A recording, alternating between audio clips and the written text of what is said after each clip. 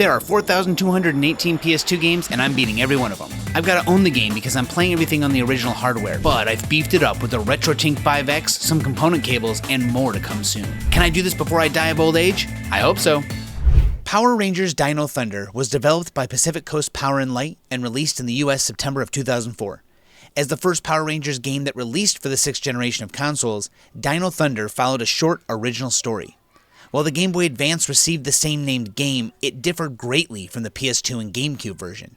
Sitting at a Metacritic score of 49 out of 100, can I beat this beloved kids series game? Power Rangers Dino Thunder is definitely a kids game, being shallow and short overall. And this is not a bad thing. Having shallow depth in a kids game as well as being short makes it a lot easier for someone who just starting video games to actually play them, especially someone who enjoys Power Rangers and might want to try something Power Rangers oriented that's not just the show. Of course, there's not very much to be had here, so this will be a short video, and let's go ahead and go through the very short, quick journey. The story for this game is very simple. The bad guy, Mesogog, who we never actually see, is tired of the Power Rangers thwarting his every attempt to destroy or take over the world, whatever it is he actually wants, I'm not sure. But he's tired of it, and he devises an evil plan, one that really just makes sense to have done right away, but I'm not him, so let's see what he does.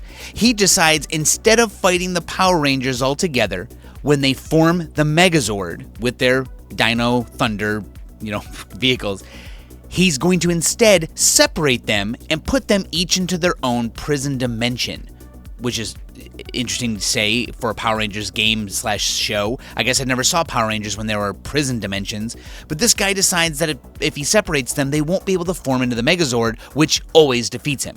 And that's a really good plan. He does just that. He comes in and takes all of the Power Rangers and all of the Dinozords away and leaves just one, Red Ranger and his Tyrannosaurus Rex. We must figure out a way to save our friends from the prison dimensions and then defeat Mesogog, which we don't actually do.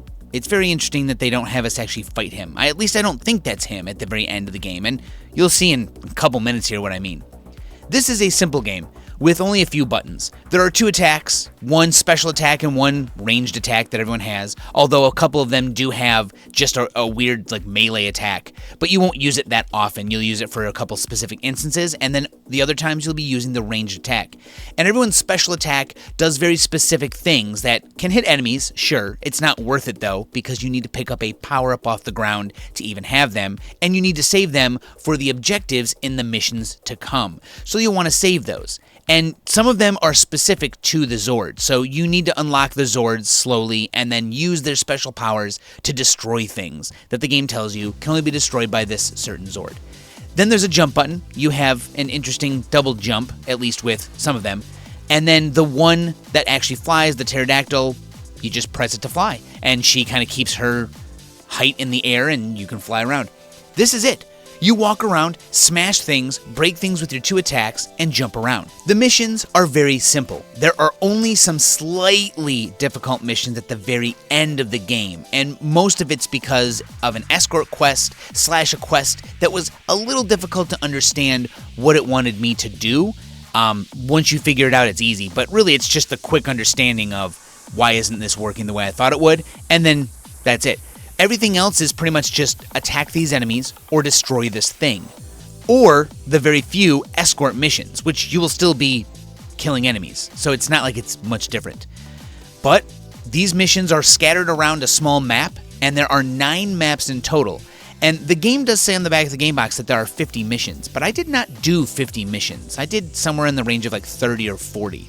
I don't know if it's counting the bosses. I don't know what they counted as missions. I don't know if they counted a mission as just going to a new map, but there definitely weren't that many missions. Saving one of your Zords from a prison dimension is simply just doing the quest, which generally ends up you finding a power source to power the portal that will allow them to come through. You find a canister, and that's it, generally destroying enemies along the way. It's like any other mission. And then at the end, you unlock a new Zord. And in this case, we have the Pterodactyl, and she can fly around. She is, by far, the only one you want to use to traverse levels, unless you necessarily need a specific Zord to destroy something. I mean, why not just fly around? It can get you anywhere, and it can get you out of the way of enemies, which means you can just skip swaths of enemies for some of the objectives / parts of the map that you'd be just flying around. You have to accept quests outside of a quest, so there are still enemies and things to pick up. The way that you can heal your health / pick up more power-ups for your special attack is here, and you can get hit by enemies, and it's kind of annoying until you get this, and then can fly around, and it's very simple after that. There are some pickups, of course. We have the lightning bolts, and then we have 2 other pickups that will give you special attack and a kind of movement ability. Everyone has the same movement ability. Run forward really fast. Except for the Pterodactyl, which is fly forward very fast.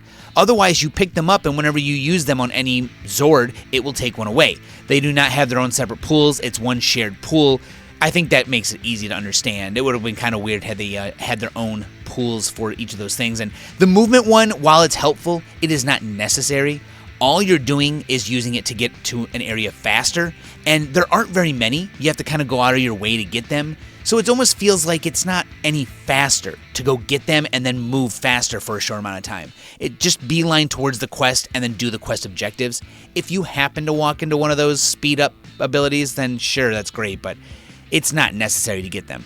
But the special attack ones are. You'll need to use those special attacks throughout missions to break things. It's the only way to actually break the mission-specific objects. Only a couple levels in, once we unlock all 3 of the main Zords, we can then form the Megazord, which is interesting that we can already do this. There are like 3 or 4 more Zords to unlock that actually aren't piloted by any new Rangers. There are 4 Rangers total in this game. Red, blue, yellow, and black. And black is not playable. He's the guy on the headset telling you what's going on, and you can see his little picture here. He does not do anything. He does send his own Zord, which is not part of the Megazord, his own big, dinosaur Zord to go do an escort mission. You have to escort him. Otherwise, you just have the 3 Rangers and the 3 Zords, and then 4 extra Zords that you can just switch into for very menial tasks later on. Generally, you're still going to want to be the main 3 Zords because those are the most helpful Zords. I don't know why they even have the other ones at this point. I think I used each of them once for their respective mission. Then the Megazord comes together, and you have this mini-boss fight, which is really simple. When he attacks, attack him to stagger him, go up and use your special attack. You gotta have special attack icon things, you've picked up throughout the level, and it's simple. This guy takes 3 hits, and once you're done, you're done. The last boss is this guy again. It's not like a surprise. That's it. There's 2 bosses. This midway boss and the last boss, and they're the same thing. The levels vary in size, and the objectives are always pretty similar. Like I said, you are destroying a certain number of things, collecting a certain number of things, or killing enemies. But otherwise, this is it. You get no other types of missions. I mean, the escort missions, sure, but it's not hard. You just walk along next to the big dinosaur that you must escort and shoot enemies as he comes up.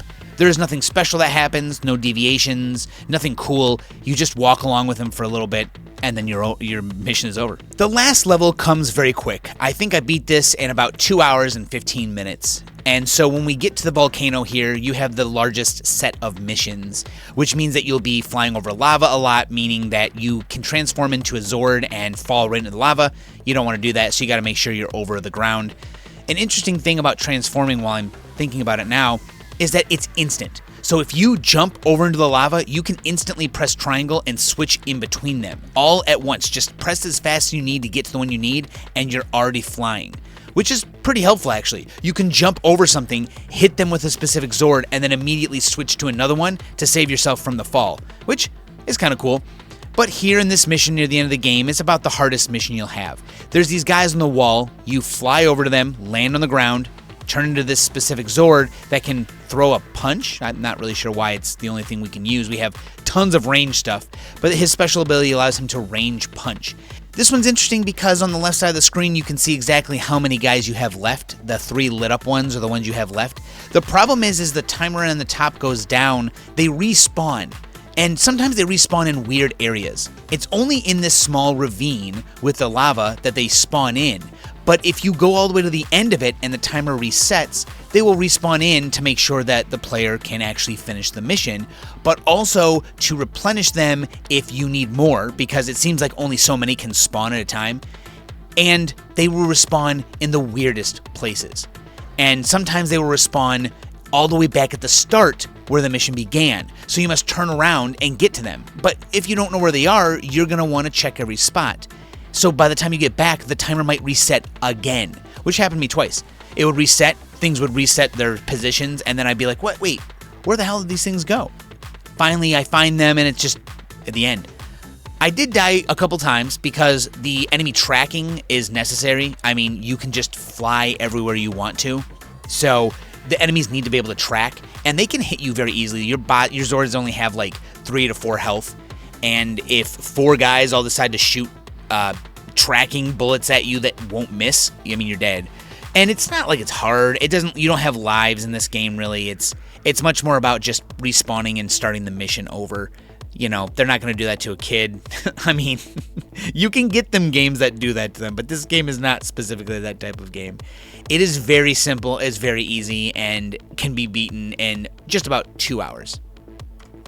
As I said, the last boss is the same as the first boss. That's it. The end of the game is here. Now, he is a little bit difficult. He does have a second phase, which is kind of interesting, where he shoots this lightning at you. And in all of my video game learning over the last, 30-some years since I've been playing video games, 34 years that I've played video games since I was 3, I've learned that you can kind of, anticipate something happening, right? Like, that's kind of what video games are, anticipating an attack. And I just got good at anticipating attacks, but this guy doesn't have any room for you to anticipate anything. You must wait for exactly what needs to happen, then do it. If you do it slightly early, he just knocks you away, and it wastes your time, it hurts you, which you have like 6 health, and it's a little annoying. You're just like, okay, man, I know you're gonna do this, just let me hit you and go in. It's like, I feel like I'm moving too fast. I don't know how I am. This game isn't like a fast-paced game.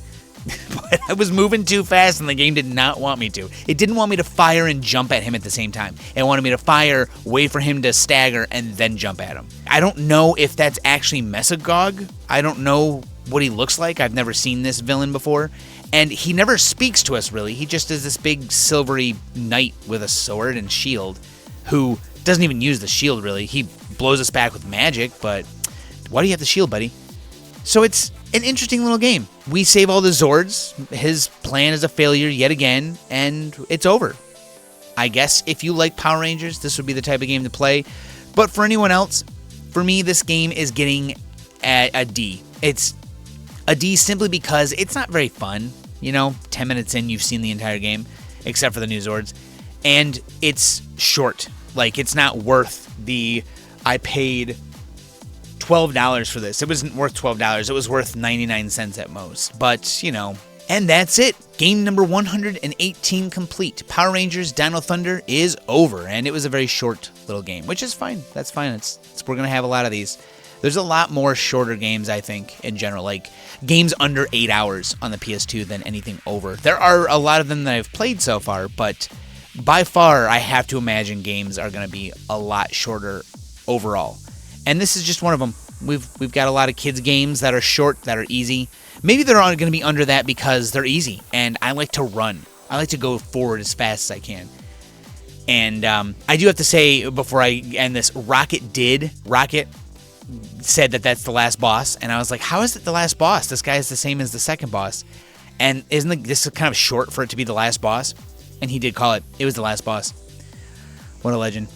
Thank you so much for watching this video if you watched this far. Thank you so much to anyone in the stream. It was great to have everyone in the stream for this one. This was a fun little game that we had, good time with. That's how it is. This whole thing is good. Even when I'm upset and raging at a game, which is apparently something people like to watch, it's still fun. It's still fun, but this game was very easy.